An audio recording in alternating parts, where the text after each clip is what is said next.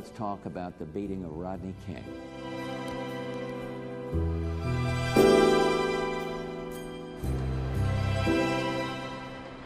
It's been said that journalism is the first rough draft of history. The moments, the images, the sounds that will, one day, define us. We've watched icons topple, once trusted institutions burned and desecrated. In Minnesota, we stand at an inflection point for civil rights and social justice, all of it wrapped in climate change and a global pandemic. We try to make sense of the present without fully appreciating the past. What if the way forward is found by looking back? Thank you for joining us for Minnesota Untold, a look at our state's history through the lens of current issues and controversies. History has plenty to teach us at this particular moment, and over the next hour, our team of reporters will show how the past offers lessons on issues ranging from the pandemic, the environment, social justice, even the nation's infrastructure.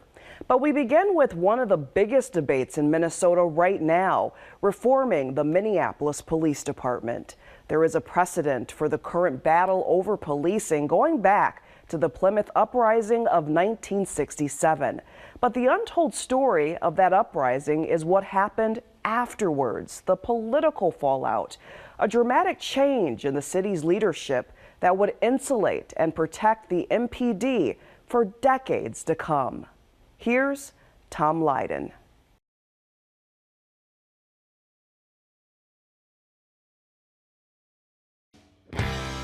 If the murder of George Floyd brought a reckoning, there is no mistaking for whom the reckoning has come. Tanae Wells has seen the fires burn before. And my dad started talking to me, I swear to God. And the next thing I knew, I was sitting in a lawn chair over by the 3rd Precinct for him.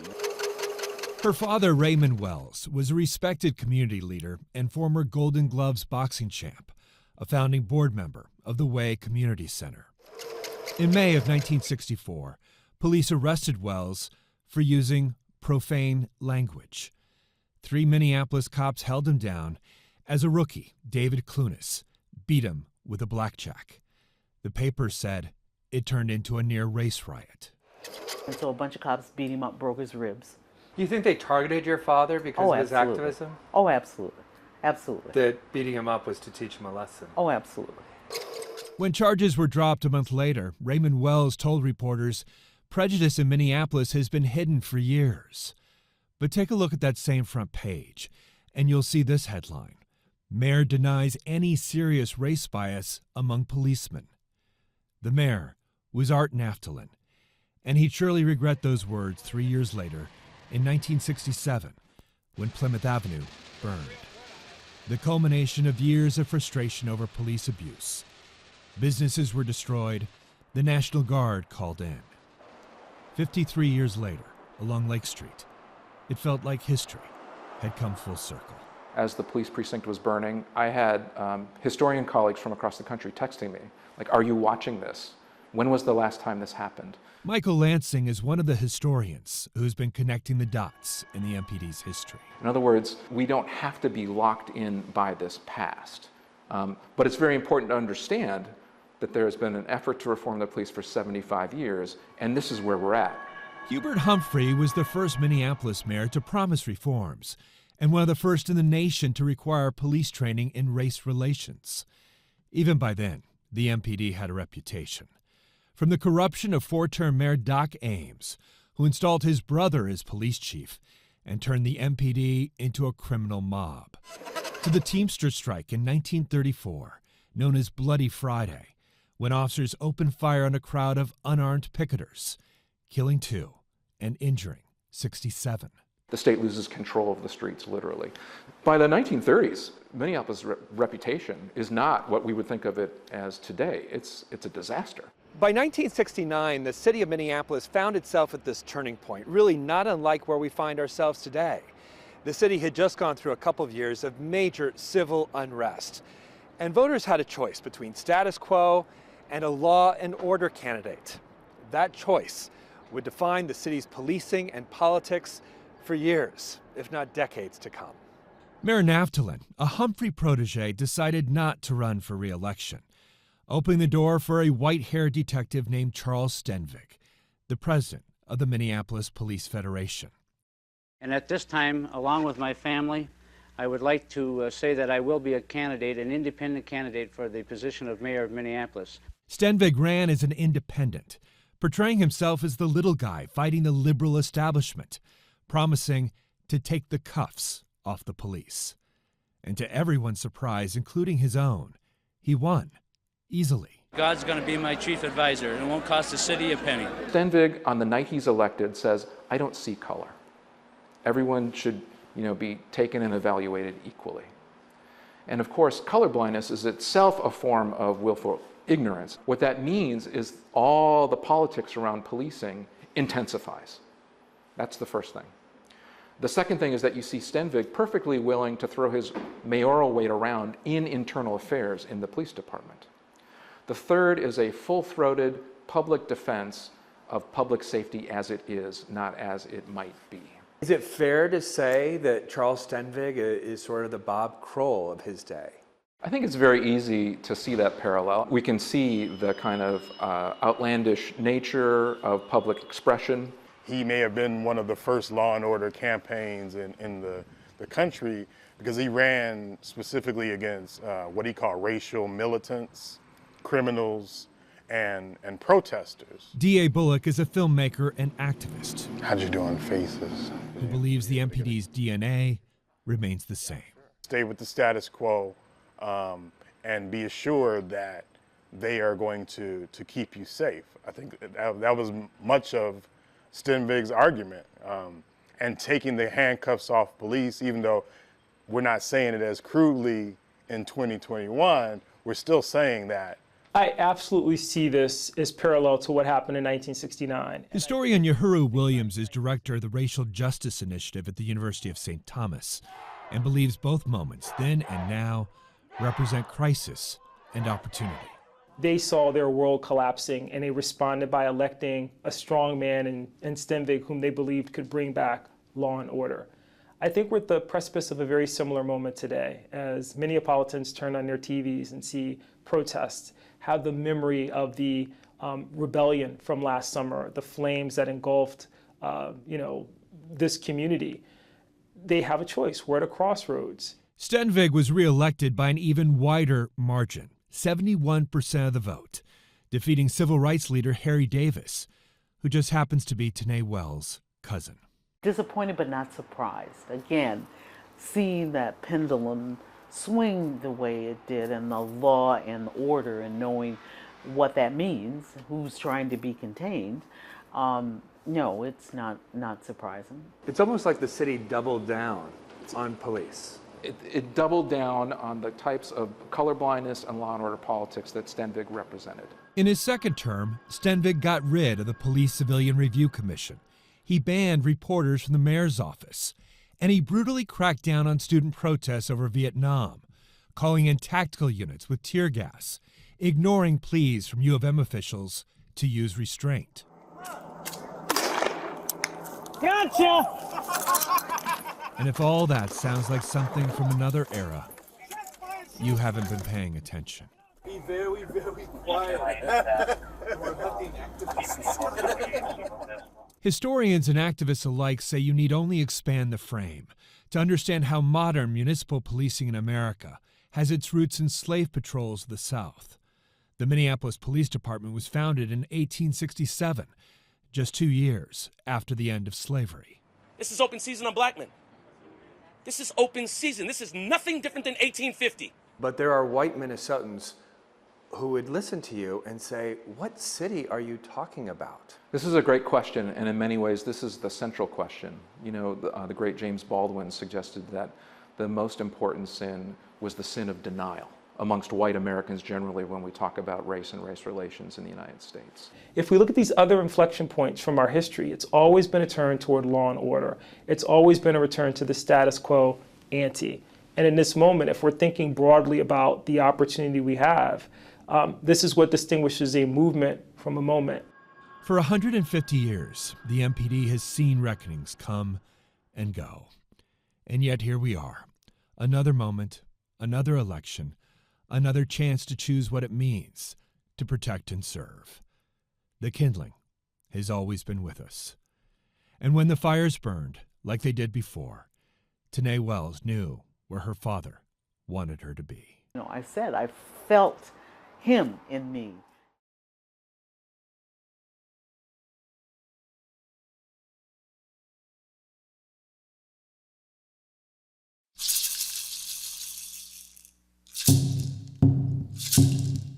Fort Snelling is our state's birthplace and its original sin. Within the frame of these walls, you'll find both pride and shame, triumph and tragedy. For Sid Bean, the history is as nuanced as his family tree. So I'm a contradiction of history in one sense, and a complexity of history wrapped up into one well-educated family that's going to continue to tell our stories. Those stories always begin with Bedote, the Dakota name for this spot right below Fort Snelling, where the Minnesota and Mississippi rivers meet. And just like any other group, there are multiple creation stories because you have multiple dialects, you have multiple points of view. Bean is a direct descendant of U.S. Army Captain Seth Eastman, an artist who painted the early fort and scenes of Dakota life. His bloodline includes French fur traders who intermarried with the Dakota, and ancestors on both sides of the Dakota War of 1862, including those who survived the internment camp below Fort Snelling, where more than 1,000 women, children, the sick and old spent a brutal winter. Nearly half would die. They define us as radical historians because we're bringing back our family stories that are their family stories too, because they relate to the land, they relate to these places, they relate to the same history. But we were there first, and so is it radical, to go back and bring back the early stories? Well, what is the Bible? What is the Bible? This place encapsulates so much of the story of American history. The good, the bad, and the ugly can all be found here. It hasn't always been that way. For generations, Minnesotans were taught a history that began in 1825, when the fort was completed. It became a launching point to the Great Frontier, a protector of settlers and fur traders. Its military history includes the 1st Minnesota Infantry Regiment, 1,000 volunteers who played a decisive role in the Battle of Gettysburg. It's where hundreds of thousands of soldiers were trained and inducted in for World Wars I and II. But there was always more to the story, like the Japanese codebreakers and segregated army units who rallied to the defense of a nation that still denied them civil rights. It is one of the most important sites in Minnesota and one of the most complicated stories that we could possibly tell. Bill Convery is head of research for the Minnesota Historical Society. I'm afraid that by focusing on 1825, we cemented a particular idea about what the fort's significance was in the minds of many Minnesotans. And by doing that, we really obscured a lot of really nationally significant stories, particularly the story of Dred and Harriet Scott. Dred and Harriet Scott were slaves at Fort Snelling. That's right, slaves in the North.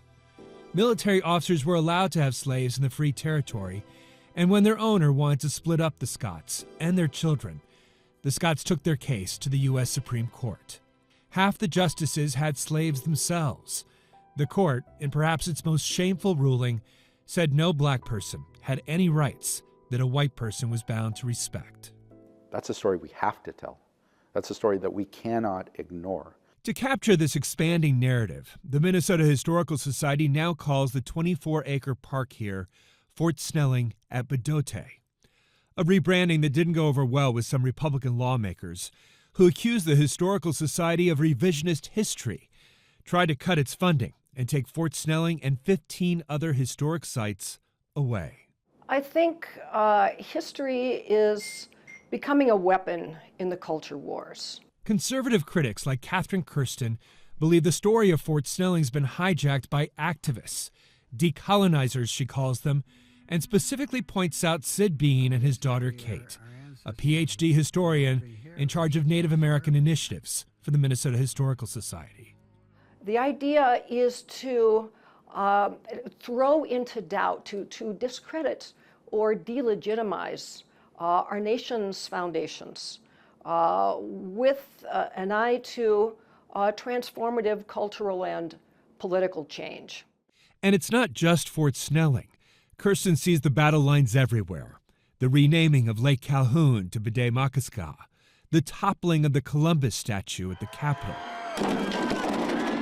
to the removal of paintings in the governor's office considered historically inaccurate, and the debate over K-12 social studies standards and opposition to so-called critical race theory. They will learn if they are white, they will be encouraged to feel guilt about things that their ancestors allegedly did 150 years ago. Behind all this, I think, is a premise that is often not articulated, and that is that history is a power struggle between contending groups, between two groups, really, oppressors and victims. Even the state's founding fathers are under reconsideration. The names of Governors Henry Sibley and Alexander Ramsey recently removed from schools. As we began to incorporate more Dakota voices, it became clear that maybe we weren't telling the whole story of people like Henry Sibley and Alexander Ramsey, and we needed to tell a fuller story. Both men defrauded the Dakota of annuity payments, setting the stage for the Dakota War of 1862. Which cost the lives of 600 settlers and soldiers. Governor Ramsey told the legislature the Sioux Indians of Minnesota must be exterminated or driven forever beyond the borders of the state. He assigned the task to General Sibley, a former fur trader at Fort Snelling. A complicated figure in Minnesota history, Sibley fathered a Dakota child, had friendly relations with tribal leaders. He had also presided over the war trials that led to the hanging of 38 Dakota at Mankato. Two other leaders, Shakopee and Medicine Bottle, were hanged at Fort Snelling. And as the first president of the Minnesota Historical Society, Henry Sibley made sure history was on his side. It's not like we go and hide history. It's not like nobody could look at the record and see what Alexander Ramsey had been doing, but we weren't asking the right questions very often. We always rewrite history through the framework of events that are important to us at the moment. And this moment is a particularly fraught moment. A moment with divisive debates over social justice, climate change, and a pandemic. A time when people can't even agree on what we see with our own eyes.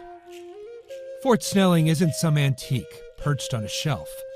It's a metaphor and a reminder that our state's history isn't just names and dates. It's human beings with flaws and virtues, and families who get to have their stories told too. I mean, in some ways, I'm sitting across from the most Minnesotan person you could possibly imagine. That's what I say to people. When I start naming off all the military officers and the fur traders and the marriages, you know, within our family and how they lead back to pretty much all these early leaders here, that's what they say. You know, and when I say, I challenge you to find a family that's more Minnesota than my family. When we return, stories of displacement and distrust when Minnesota Untold continues.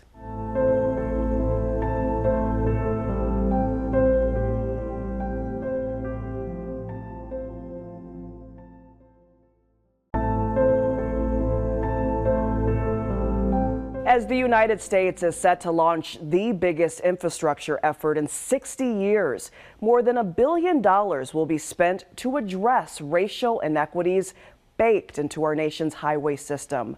Freeways here in Minnesota divided communities of color, including an African American business district in the heart of South Minneapolis.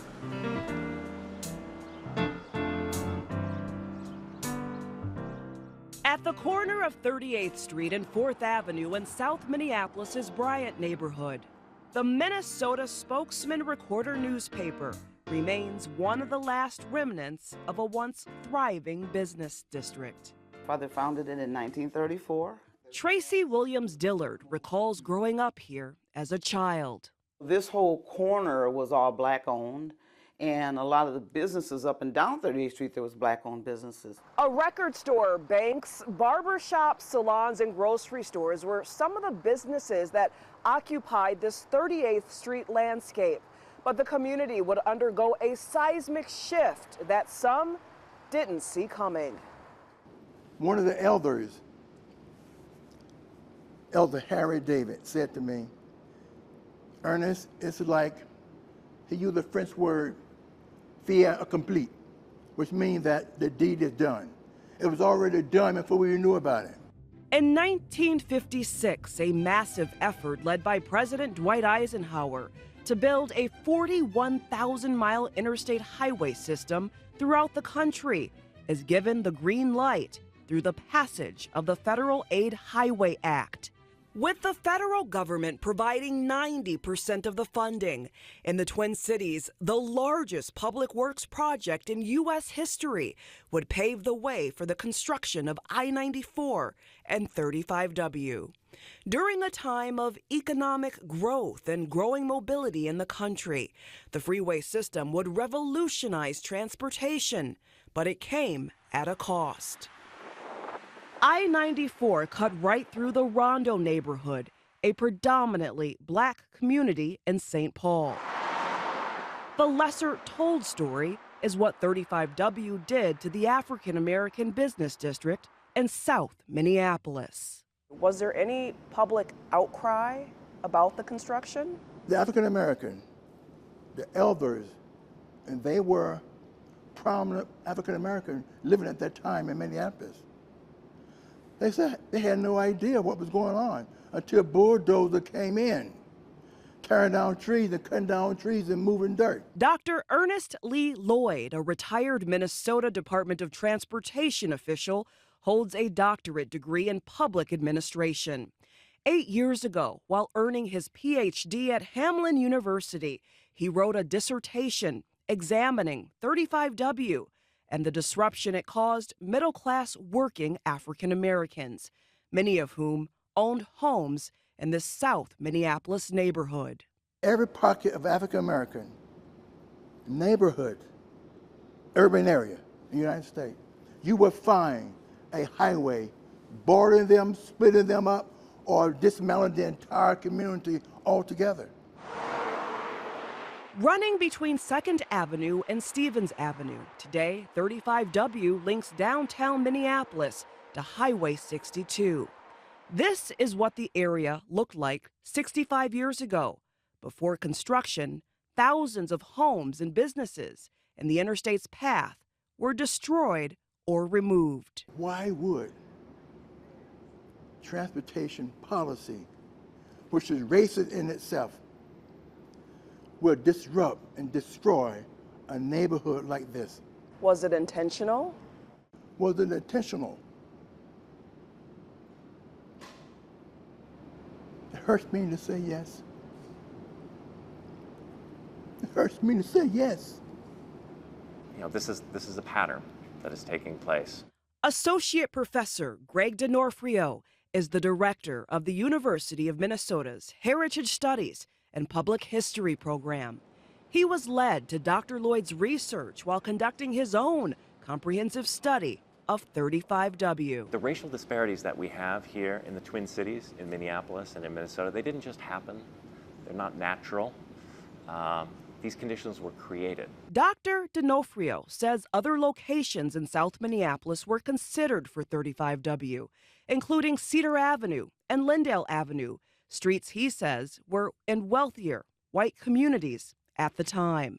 And they were ruled out fairly early on in the planning process.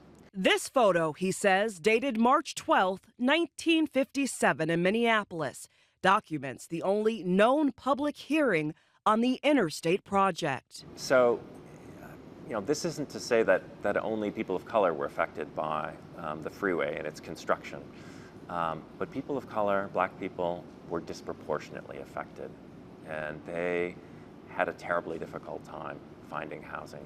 It's estimated that nearly 30,000 people throughout the Twin Cities lost their home to freeway construction, uprooting and dividing neighborhoods over the course of the 10-year project. Through eminent domain, state government forced some people out of their homes. Some homeowners were paid to leave. Already burdened by discriminatory housing practices such as racial covenants and redlining, people of color were hit especially hard.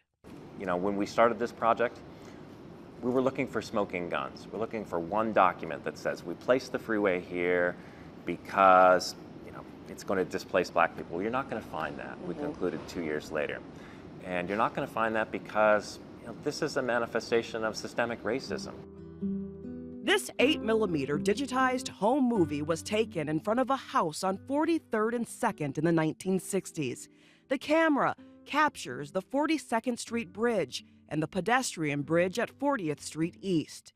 With no 35W entrance ramp, the freeway cut off direct access to 38th Street that many believe devastated this once vibrant African-American business district just 3 blocks away. Right now, MnDOT is doing a study to determine whether or not those families even got the fair market value for their homes as they were being displaced, because there is a pretty significant theory that they did not. Andrea Jenkins, vice president of the Minneapolis City Council, is behind a plan to revitalize the area with a focus on 38th and Chicago, the intersection where George Floyd was killed. I think the state has to play a role in righting those wrongs, and as does the city. And I think the first step in that is to acknowledge the harms. This is a passion. Gardening is a great thing, especially in this neighborhood. Greg McMore is a longtime resident and neighborhood advocate. I think there's a chance, I think there's a chance for 38th Street and 4th Avenue to come back. Planting seeds to uplift those who live here. The untold story of Interstate 35W in South Minneapolis is a real chapter in Minnesota history. A moment in time that could chart a new path for this community. You can't live in history, you can't live in the past, but you can learn from it.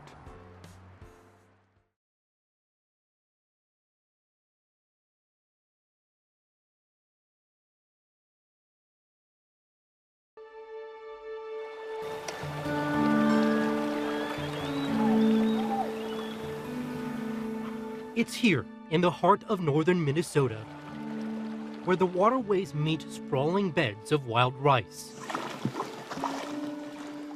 Wading in the knee-high water, we meet Winona LeDuc of the White Earth Band of Ojibwe.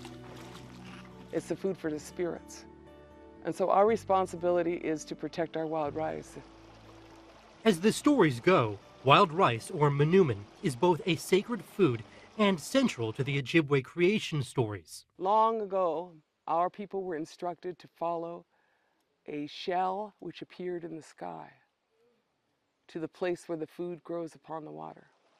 LeDuc calls herself a water protector and says her ancestral homeland faces a new threat, an oil pipeline that runs through the heart of northern Minnesota. Who gives away your water, your civil rights, your constitutional rights, and your land to a foreign corporation?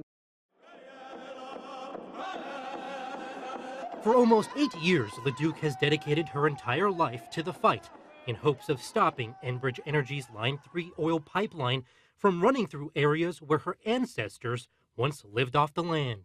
I got a 3-year-old granddaughter, and it'd be great if she could still harvest wild rice and fish. And I'm pretty sure the only way that's going to work out is if people like us stand up for her. The new Line 3 replacement pipeline, which went online October 1st, stretches from Canada across northern Minnesota to Superior, Wisconsin.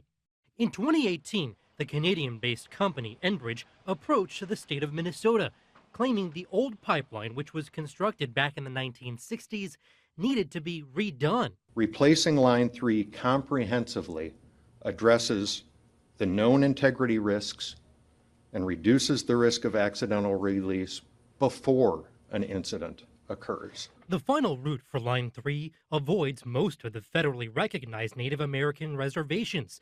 That is, with the exception of the Fond du Lac Reservation, a tribe which initially opposed the project. This new route, this expansion route, is a terrible idea.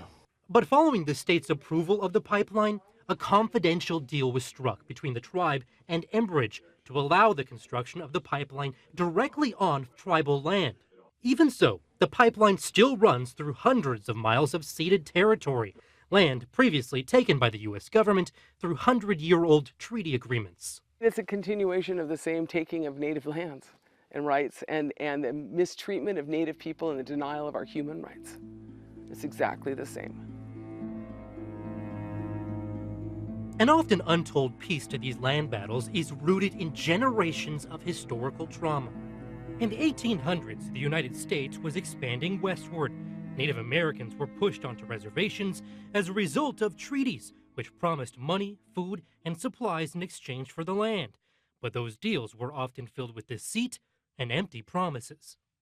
One of the most diabolical led to the Sandy Lake tragedy. In 1850, thousands of Ojibwe people were forced from their homeland in Wisconsin to Sandy Lake, Minnesota. The territorial governor, Alexander Ramsey, had required the Ojibwe to relocate before giving them their annual treaty payment. But the money was intentionally delayed. And then winter came.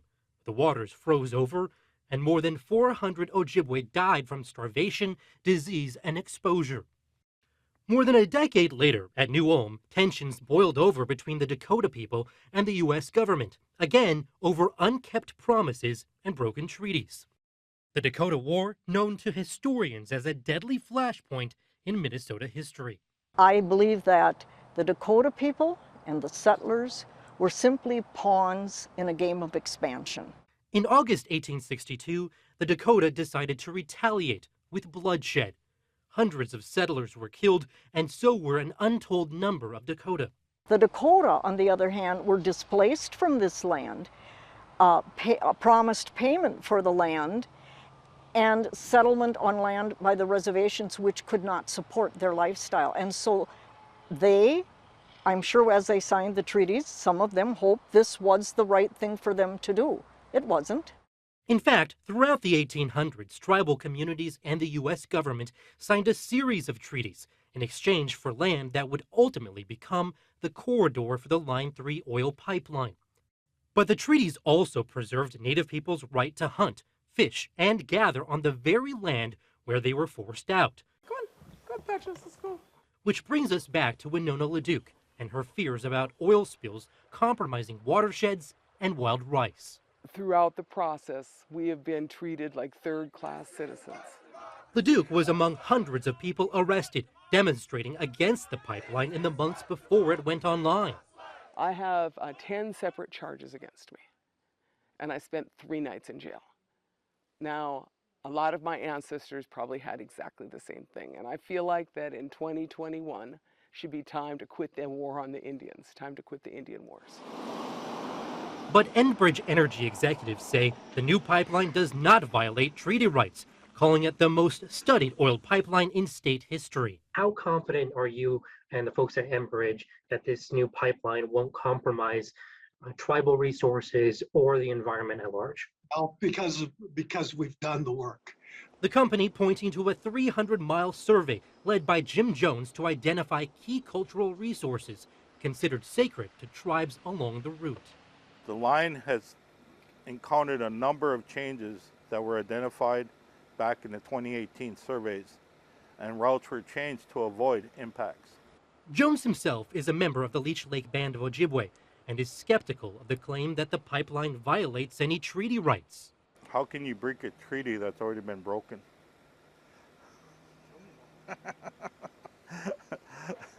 How can you break a treaty that's already been, not honored going back?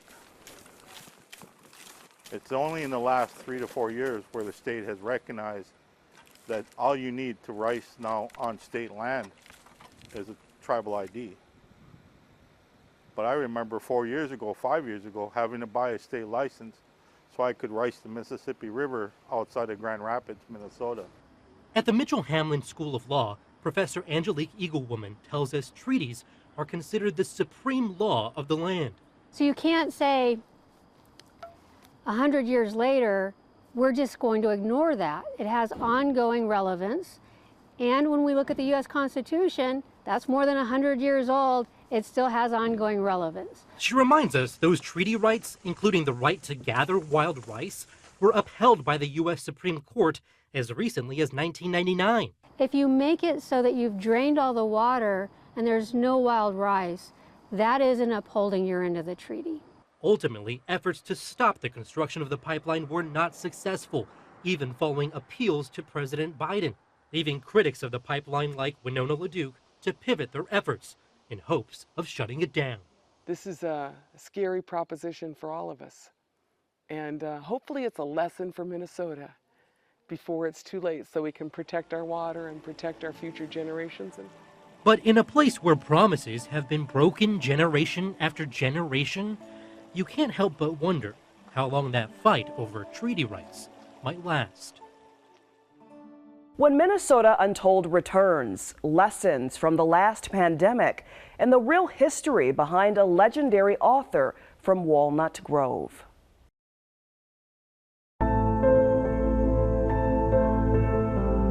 The COVID-19 pandemic has brought us an appreciation of our health heroes, even as it has sown seeds of distrust. And while this moment can seem unprecedented, so many of the issues that we are dealing with now, our nation has confronted before. There are lessons you will find in some of the unlikeliest of places. Amy Hockert reports.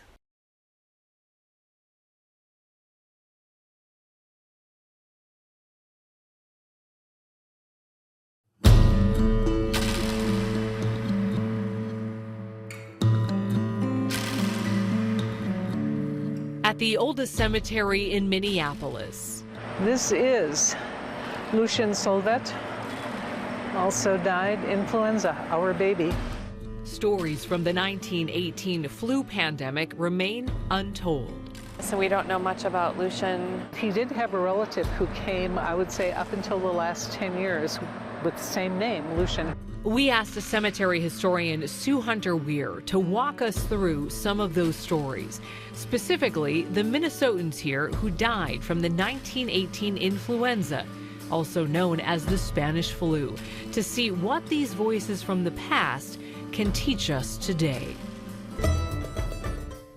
One of those stories belongs to night watchman Percy Gould. He and his wife Nellie were among the first Minnesotans to succumb to the flu in 1918. They died 10 days apart, leaving 3 children behind. 100 years later, we're still seeing families, young and old, torn apart by a similar viral threat. There was a story in the Washington Post last week about a young couple in California who died within 2 weeks of each other, and they left 5 children behind. A century's worth of proof that pandemic deaths aren't just about the here and now.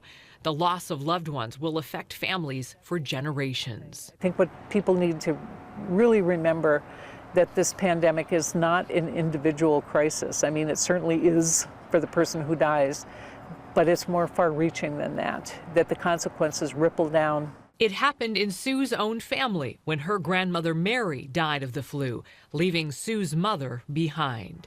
I think it affected her whole life. She never really knew her mother. I think it disrupts family stories in really interesting ways. The 1918 influenza pandemic is believed to have started in Kansas from soldiers fighting in World War I. According to the Minnesota Historical Society, Fort Snelling Hospital reported its first case in September of 1918. The timing was awful. Medical staff across the country was already stretched thin because of the war. Nurses were indispensable. Often the sick and frightened children were bundled up and taken to the university hospital in paddy wagons. Former Hennepin History Museum intern Hannah Dyson recently researched the story of nurse-in-training Pearl McIver. The 23-year-old was pulled to the front lines at the U of M hospital in 1918. For weeks, she was the only one working the overnight shift in the pediatric ward. She wrote about it some 50 years later. Rules of the hospital required all personnel, doctors, nurses, and maids, to wear masks, close-fitting caps, and white gowns, supposedly to prevent the staff from contracting influenza. Imagine the terror of these children to find themselves in a strange environment amongst a bunch of ghosts. So Pearl took matters into her own hands, literally. And so she decided that she would pick up the children out of their cribs and take them to the rocking chair and soothe them to sleep, kind of by just rocking them in a blanket. And that was not the guidance that she had from the hospital, because you really didn't pick up the children. Pearl McIver put the lives of those children before her own, the same way today's frontline workers stepped up for all of us during the early months of COVID-19, with limited PPE and no vaccine. And then there's the balance between government authority and personal freedom. In 1918, the Minneapolis Health Commissioner, Dr. H.M. Guilford, rolled out some restrictions that would sound familiar to us today. He banned public gatherings and shut down businesses and schools. People were confused and skeptical, especially because the rules were much more lax in neighboring St. Paul. At the same time, the equivalent of a super spreader event was breaking out in Minneapolis. The dorms at the U were full of young men training to become soldiers for the war, and became a breeding ground for disease. 100 years later, we see the same hesitancy towards science, medicine, and mandates, and the same tendency to gather at any cost. In our wildest dreams, no one ever imagined that there would be a politicization of something as simple as wearing a cloth mask. Something as simple as that.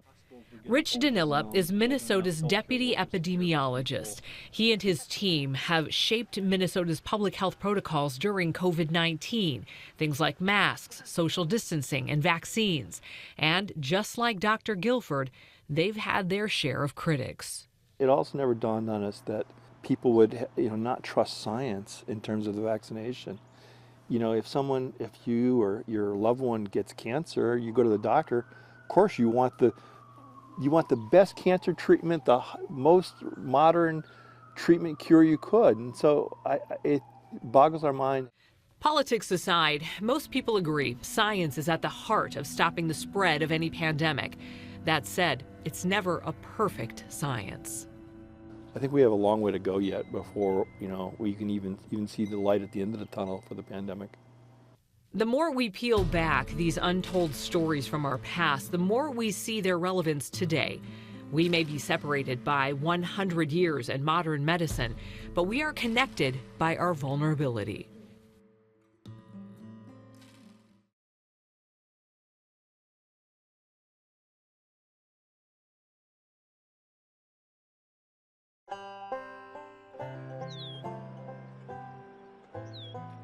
On the southern plains of Minnesota, in Redwood County, you'll find a legendary small town, an almost mythical place called Walnut Grove.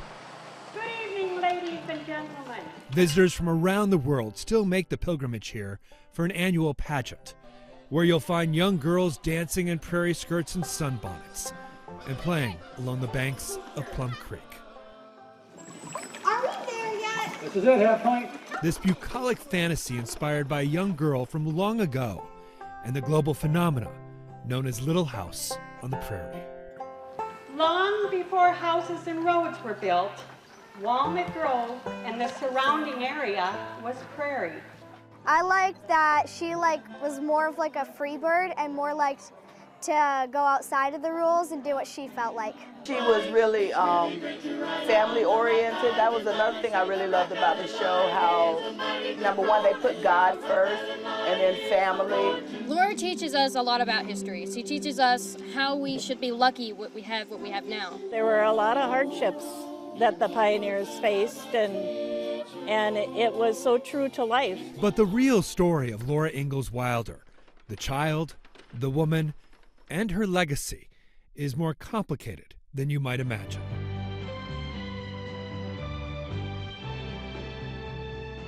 The popular television show, which ran for 8 seasons in the 1970s and early 80s and is still in syndication, was a glossy embellishment of Wilder's children's books.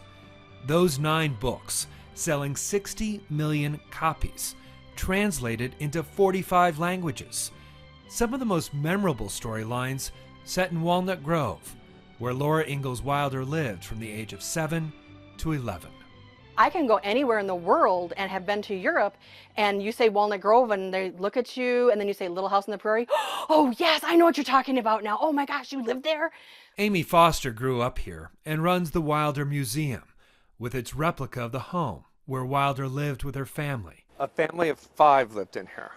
An old schoolhouse, and the real-life general store that Pa helped build. The big thing that happened during Laura's time here was she was able to go to school in town. She had many friends that she wrote about in the book on the banks of Plum Creek. But a big significance in her life was at that time is when her sister Mary went blind. Becoming her sister Mary's eyes would mold Wilder into a natural storyteller, but she left out the grittier details. Born a couple years after the Civil War in Pepin, Wisconsin, Laura was the second oldest of 4 sisters. Over the next decade, her father, Charles Ingalls, dragged the family by covered wagon across the Midwest in the great land rush brought on by the Homestead Act. First to Missouri, then to Kansas, where the Ingalls were squatters, illegally occupying land that was still part of the Osage Indian Reservation. In Walnut Grove, Charles failed miserably as a farmer, dealing with debt, drought, and a biblical plague of locusts that destroyed a bumper crop of wheat. The family so destitute, Charles applied for a state handout, testifying under oath he was wholly without means. He received a barrel of flour. Governor John Sargent Pillsbury warned farmers like Ingalls about accepting handouts, weakening the habit of self-reliance. For the starving, Governor Pillsbury recommended a day of prayer. After yet another invasion of locusts, the Ingalls picked up and went to Burr Oak, Iowa, where Pa tried his hand running a hotel and ran up more debt, the family skipping town in the middle of the night. Back to Walnut Grove, staying for another year before moving on to the Dakota Territory, where Laura would meet her future husband, Almanzo Wilder. Their life wasn't perfect, and Pa really did struggle with surviving. And while Wilder's work is filled with colorful characters, like the spoiled Nellie, actual people of color play secondary roles in Wilder's world, or worse. The only good Indian was a dead Indian. The very thought of Indians made her blood run cold. She said, "I can't forget the Minnesota Massacre." When Laura writes about the Native Americans, she stresses how Ma did not like them, or Mrs. Boast did not like them and said bad things about it. It wasn't what she said, she was quoting somebody else's speaking. So that's part of it too, but again, that was the period of time when people didn't understand each other, and there definitely were those injustices. The untold story of Little House on the Prairie is the very real history of Minnesota. A few years before Wilder was born, hundreds of Dakota died from disease and starvation after the U.S. government reneged on treaties, leading to the Dakota War of 1862, often referred to as the Minnesota Massacre. In nearby New Ulm, hundreds of settlers, men, women, and children were killed. In Mankato, 38 Dakota were hanged. It remains the largest hanging in U.S. history. But Wilder whitewashes that dark history, instead idealizing a wide-open prairie. There were no houses, there were no roads. There were no people. That's because the people, the Dakota, had been driven out, forcibly removed, a bounty placed on their heads. For many historians, it's nothing short of genocide. Obviously, it wasn't an uninhabited land. It had been cleared out significantly by the military. Bill Richards is the former high school principal who's been running the Wilder pageant for 18 years. For many people around the world, Laura Ingalls Wilder is how they view the American West. There are so many other stories that are so dark and bleak that I think people would prefer, unless you're a horror movie fan, to have something uplifting, because the events that they experience are also difficult, and they're looking for some hope. Wilder began writing the Little House books in her 60s during the Depression of the 1930s, selling a gauzy fantasy of frontier life. It's been said she took the shame out of poverty. But in recent years, Wilder's scholars have focused on the role of her daughter, Rose, as her editor. And in this case, she had a secondary narrator in her daughter. Exactly, who had an agenda. Rose Wilder Lane was herself a writer of some fame.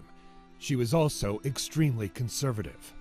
Under Rose's heavy editing, the Little House stories were framed as a morality tale of self-reliance. Rose insisted the Little House books were true and saw them as a literary Trojan horse, indoctrinating children with conservative family values, writing, "How much good my mother's books have been and are doing in their quiet way." Laura Ingalls Wilder died in 1957, just a few days after her 90th birthday. In the end, she had achieved a kind of wealth and success her father couldn't even dream of.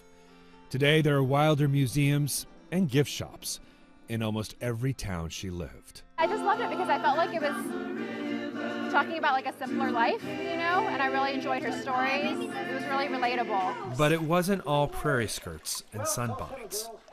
And the fiction of Little House is no substitute for the true history of the time, with all of its moral ambiguity. Wilder herself once famously said, "All I have told is true, but it is not the whole truth." You could add, it's also not the only story. And most of those stories didn't have a happy ending. 3 years ago, the American Library Association removed Laura Ingalls Wilder's name from its Children's Literature Award. The association cited her works reflect dated cultural attitudes toward Indigenous people and people of color. To watch any of the stories in the Minnesota Untold series, head to our YouTube channel or our app at fox9.com. Our work will continue in February with new stories about the history of Minnesota. Thank you for watching.